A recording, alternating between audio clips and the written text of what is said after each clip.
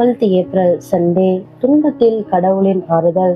தேவனால் எங்களுக்கு அருளப்படுகிற ஆறுதலினாலே எந்த உபத்திரவத்தில் ஆகிலும் அகப்படுகிறவர்களுக்கு நாங்கள் ஆறுதல் செய்ய பிராணி உள்ளவர்கள் ஆகும்படி எங்களுக்கு வரும் சகல உபத்திரவங்களிலேயும் அவரே எங்களுக்கு ஆறுதல் செய்கிறவர்.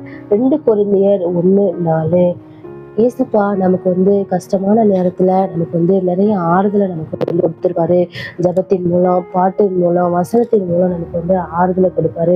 அப்படி நமக்கு கிடைக்கிற ஆறுதலை அவருடைய பிரசன்னத்துல நம்ம இன்பமா இருக்கிறத நம்ம மற்றவங்கள்ட்ட நம்ம பகிரணும். தேவனை அறியாதவங்கள்ட்ட இப்படி எங்க கடவுள் இருக்காரு, அவர் நான் சோகத்துல இருக்கும் பொழுது, நான் கஷ்டத்துல இருக்கும்போது இந்த வசனத்தின் மூலமா என்கிட்ட பேசினாரு, இதுல எனக்கு ஆறுதல் கிடைச்சிச்சு, இந்த பாடல் மூலயமா என்கிட்ட பேசுறாரு, இதுல எனக்கு ஆறுதலா கிடைச்சிச்சு, நான் சந்தோஷமா இருக்கேன் அப்படின்னு சொல்லிட்டு மற்றவங்கள்ட்ட நம்ம பகிர்ந்து கொள்ளணும்.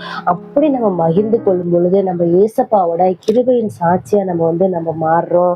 அதனால அவங்களுக்கு அந்த மாதிரி கடினமான சூழ்நிலைகள்ல அவங்க தேவனை தேடணும் அப்படின்னு சொல்லிட்டு ஒரு எண்ணம் வரும். அப்படி நம்ம அவங்களுக்கு கஷ்டமான நேரத்துல நம்மளுடைய ஆறுதலை நினைச்சு அவங்க சந்தோஷப்படுவாங்க. அவங்க கஷ்டமா இருக்கும் பொழுது நம்ம போய் ஆறுதல் சொல்லணும். இப்படி ஒரு தேவன் இருக்காரு, அவரை நீங்க கூப்பிடுங்க, அவரோட பாட்டை பாடுங்க, அவரோட ஜெபத்தை கேளுங்க அப்படின்னு சொல்லி நம்ம கேட்கும் பொழுது அவங்களும் நம்ம ஆறுதல் பெறுவாங்க. அதனால அப்படி நம்ம உதவி செய்யும் பொழுது நம்மளுடைய கஷ்டமான நேரத்துல தேவன் நமக்கு ஆறுதல் சொல்வாரு. ஜெபம். ஆறுதலின் தேவனே, இன்று எங்களுடைய துன்பங்களுக்கு மத்தியில் சமாதானம் காண உதவும். ஆமென்.